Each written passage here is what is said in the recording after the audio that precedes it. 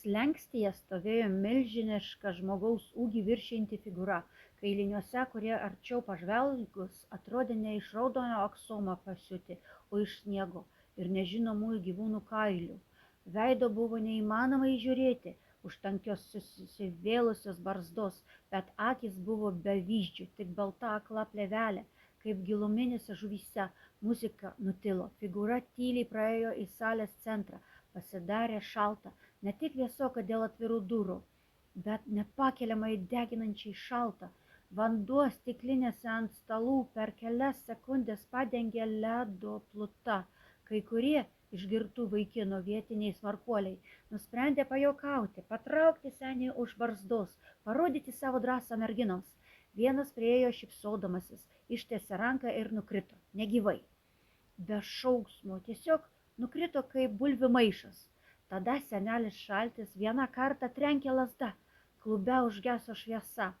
Prasidėjo sumaištis, žmonės veržėsi prie išėjimo, spaudė vieni kitus, bet durys, kurios dar prieš minutę buvo plačiai atvertos, buvo tvirtai prilipusios prie staktų. Viduje prasidėjo žudynės be kraujo, tylios, ledinės.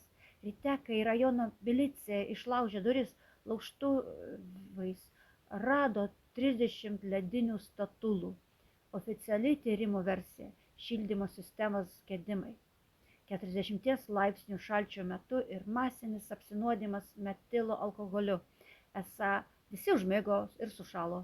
Tačiau patologas apžiūrėjęs kūnus pastebėjo keistą sutapimą, kuris nebuvo įtrauktas į protokolą. Visų aukų bugininės membranos buvo plyšusios, o ant odos buvo žymės panašios į nudegimus nuo šalčio su skystu azotu. Byla buvo įslaptinta ir paskui buvo perduota KGB archyvui, sužyma visiškai slaptai, bet tame kaime daugiau niekada nešvenčia naujųjų metų, o klubas buvo užkaltas lentomis. Ši istorija yra tik viena iš daugelių. Miesto legendos apie juodąjį kalėdų senelį arba šalčio žudiką sklinda po visą Sibirą ir Rusijos šiaurę. Jos mums pasakoja apie vieną esmę, kuriame bandome prijaukinti eilėmis ir šokiais, ir ją neįmanoma kontroliuoti. Jie ateina, kai nori, ir paima tai, ką laiko savo teisėtų senovės susitarimu. Mes kasmet darome lemtingą klaidą, manome, kad šventė tai džiaugsmas, bet pažvelkite į ritualus, kuriuos atliekame mechaniškai, nesusimastydami apie jų tikrąją sakralinę prasmę. Ką mes darome vidurnaktį? Triukšmaujame.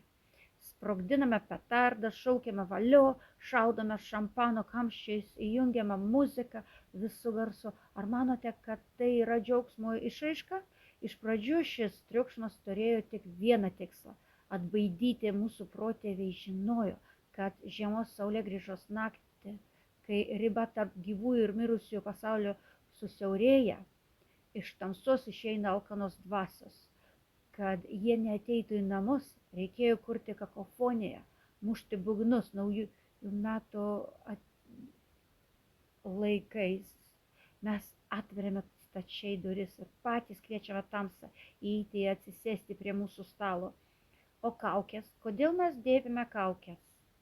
Zuikijos, snaigės ir meškos kostiumus. Tai mimikrinė. Senovės būdas apgauti piktasias dvasias. Aš ne žmogus, aš savas. Aš žvėris, neliesk manęs. Kaukių balius tai būdas išgyventi naktį, kai siautėja piktosios dvasios apsimetant vienu iš jų. Šiandien tai virto nekenksmingų vaikų rytmečių, bet esmė liko ta pati. Mes paslėpiame savo žmogiškus veidus, kad mūsų neatpažintų ir neįkištų į maištą. Grįžkime prie pagrindinio šio kultūros figūros, prie jėgos. Mes jau minėjome, kad tai mirties medis, bet pažiūrėkite, kaip mes jį statome. Mes kartame gyvą medį, mes jį nužudome ir atnešame medžio lavoną į savo šiltą namą.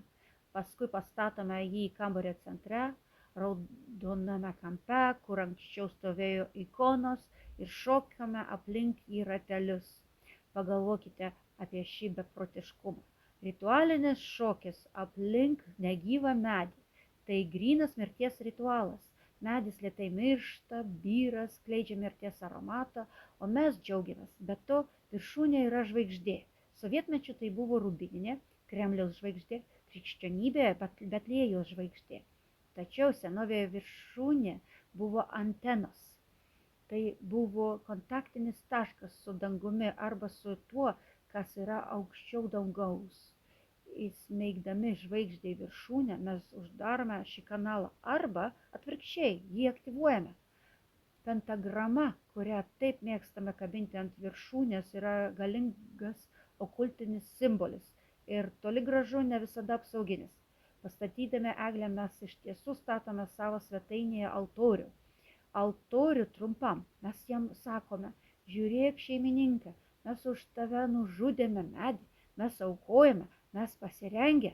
Yra teorija labai populiari tarp konspirologų ir ezoterikų, kad masinis naujųjų metų šventimas tokia forma, kokia yra dabar, yra globalus energijos susirinkimo ritualas Gavaha.